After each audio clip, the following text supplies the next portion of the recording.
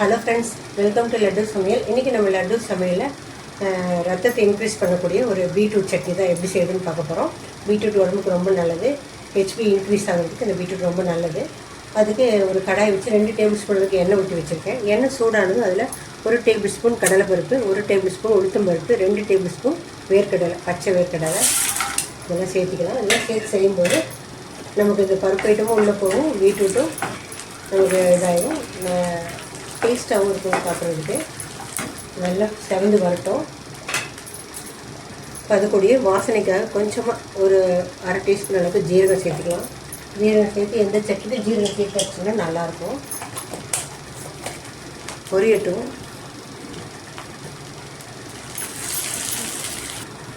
பருப்பு ஐட்டம்லாம் நல்லா பொரிஞ்சு வருது. பருப்பு ஐட்டம் நல்லா பொரிஞ்சதுக்கப்புறம் நம்ம ஒரு 100 கிராம் அளவுக்கு சின்ன வெங்காயம் சேர்த்துக்கலாம். ஒரு சின்ன சைஸ் பூண்டு, 3 பூண்டு உரித்து சேர்த்துக்கலாம். காரத்துக்காக 2 பச்சை மிளகா, 2 காய்ந்த மிளகா, ஒரு சின்ன துண்டு இஞ்சி, கொஞ்சமாக கருவேப்பிலை ஃப்ளேவருக்காக, ஒரு சின்ன துண்டு புளி, இதை மட்டும் சேர்த்து நம்ம நல்லா வதக்கிக்கலாம். பச்சை மிளகா, காய்ந்த மிளகா 2 சேர்த்து செய்யும்போது ரெண்டோட ஃப்ளேவரும் அந்த சட்னிக்குள்ளே இறங்கும், நல்லாயிருக்கும். நமக்கு உங்கள் காரத்துக்கு தகுந்த மாதிரி நீங்கள் போட்டுக்கணும். அதெல்லாம் நல்லா வதங்கட்டும். இது கூடயே நான் 2 பெரிய பீட்ரூட்டு துருகெல்லாம் துருகி வச்சுருக்கேன். நீங்கள் கட் பண்ணி கூட எடுத்துக்கலாம். ஆனால் கட் பண்ணால் வதங்கிறதுக்கு லேட் ஆகும். அதனால நான் துருகி வச்சுருக்கேன். இதை இதில் சேர்த்துக்கலாம். சீக்கிரமாக நமக்கு வதங்கிடும். கட் பண்ணி போட்டோம்னா கொஞ்சம் வதங்க லேட் ஆகும், அவ்வளோதான். உங்களுக்கு எப்படி சௌகரியமோ இப்படி போட்டுக்கோங்க. நல்லா வதங்கட்டும். பச்சை வாசனைலாம் போன வாட்டி நல்லா வதங்கிறத நம்ம அரைக்க முடியும். நல்லா ராஸ்மெல் வரும். நல்லா வதங்கி வரட்டும். இந்த சட்னிக்கு தேவையான உப்பு இதுலேயே சேர்த்துக்கலாம். சீக்கிரமாக வதங்கிடும். அதாவது ஒரு 1/4 மூடி அளவுக்கு தேங்காய் பல்பெல்லாம் எடுத்து வச்சுருக்கேன், அதை சேர்த்துக்கலாம். நீங்கள் துருவி சேர்த்துக்கலாம். எல்லாமே நல்லா ஒன்றா வதங்கி வரட்டும். சட்னி தான் நறுக்க போகிறோம், அதனால் எல்லாம் நல்லா வதங்கி வரட்டும்.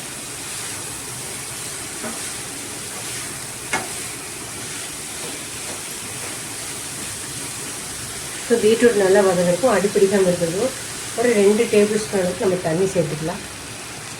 சீக்கிரமாக பீட்ரூட்டு வதங்கிடும், வெந்து வந்துடும். மூடி போட்டு ஒரு 5 நிமிஷம் இதை நல்லா வதக்கிக்கலாம். நம்ம இது பச்சையாகவே சாப்பிட்ற காய்கறி தான், இருந்தாலும் அந்த சட்னி அரைக்கிறதுனால கொஞ்சம் வதக்கிக்கலாம்.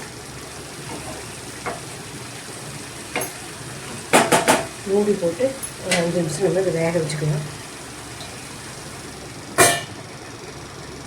இடையில ஒரு தடவை திறந்து நல்லா கலந்து விட்டுறலாம். பாருங்கள், தண்ணியெல்லாம் ட்ரை ஆகிடுச்சு.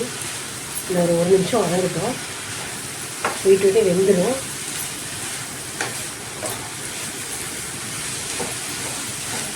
நல்லா பீட்ரூட்டு ஈவனாக வேகட்டும். இப்போ பாருங்கள், பீட்ரூட் நல்லா வதங்கிடுச்சு. தண்ணியெல்லாம் பீட்ரூட் இழுத்துருச்சு. இப்போ நம்ம ஆற வச்சுக்கலாம். அடுப்பு ஆஃப் பண்ணி ஆற வச்சு இதை நைஸாக நம்ம அரைச்சிக்கலாம். அடுப்பு ஆஃப் பண்ணிக்கலாம். இப்போ வதக்கி வச்ச பீட்ரூட் நல்லா ஆறிடுச்சு. மிக்ஸி ஜாருக்கு ட்ரான்ஸ்ஃபர் பண்ணி அரைச்சி எடுத்துகிட்டு வந்துடுறேன். சட்னியை அரைச்சி எடுத்துகிட்டு வந்தாச்சு. இப்போ அதே பேனில் தாளிப்பு கொடுத்துக்கலாம். 1 ஸ்பூன் எண்ணெய் ஊற்றி வச்சுருக்கேன். நல்லெண்ணெய் சூடாகட்டும். எண்ணெய் காஞ்சது அதில் 1 டீஸ்பூன் கடுகு உளுத்தம்பருப்பு போட்டுக்கலாம். பொரியட்டும். கொஞ்சமாக பெருங்காயத்தூள் சேர்த்துக்கலாம். கடுகு பொரிஞ்சது கொஞ்சமாக கருவேப்பிலை சேர்த்துக்கலாம். ஒரே ஒரு காஞ்ச மிளகாய்,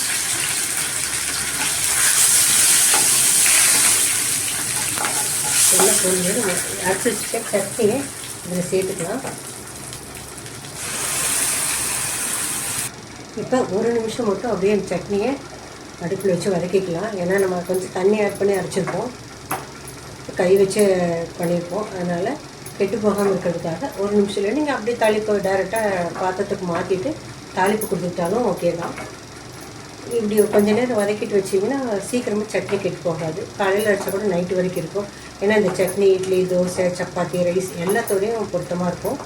அதனால் கொஞ்சம் நேரம் 1 நிமிஷம் மட்டும் வதக்கி இதை எடுத்து வச்சிட போகிறேன். இட்லிக்கு, தோசைக்கு, சப்பாத்திக்கு, ரைஸோட எல்லாத்துக்குமே அட்டகாசமான காம்பினேஷனாக இருக்கும். உடம்புக்கு நல்லதான சட்னியும் கூட. நீங்களும் இதே மாதிரி ட்ரை பண்ணி பாருங்கள். பிடிச்சிருந்தால் லைக் பண்ணுங்கள், ஷேர் பண்ணுங்கள், கமெண்ட் பண்ணுங்கள். என்னோடய சேனலை சப்ஸ்கிரைப் பண்ணுங்கள். மறக்காமல் பெல் ஐக்கானையும் கிளிக் பண்ணுங்கள். தேங்க்ஸ் ஃபார் வாட்சிங்.